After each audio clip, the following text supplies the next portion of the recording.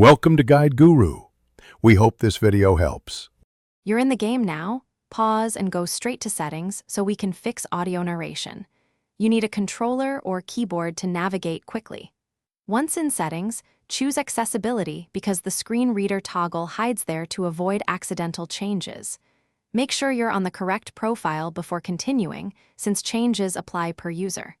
Don't waste time in other menus. Accessibility contains the voice and narration options you'll change next to silence the screen reader for good.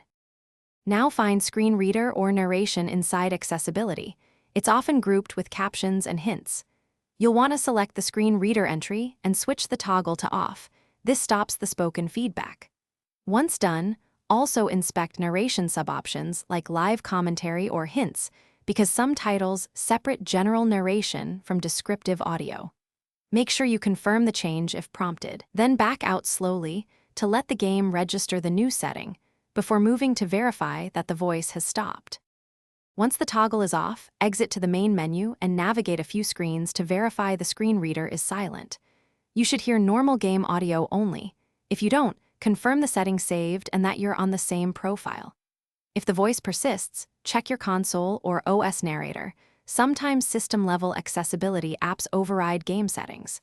Make sure the game is updated, restart your console or PC, and clear cache. As a last resort, reinstall the game to reset corrupted accessibility files. Thanks for watching. Consider subscribing if we helped you today.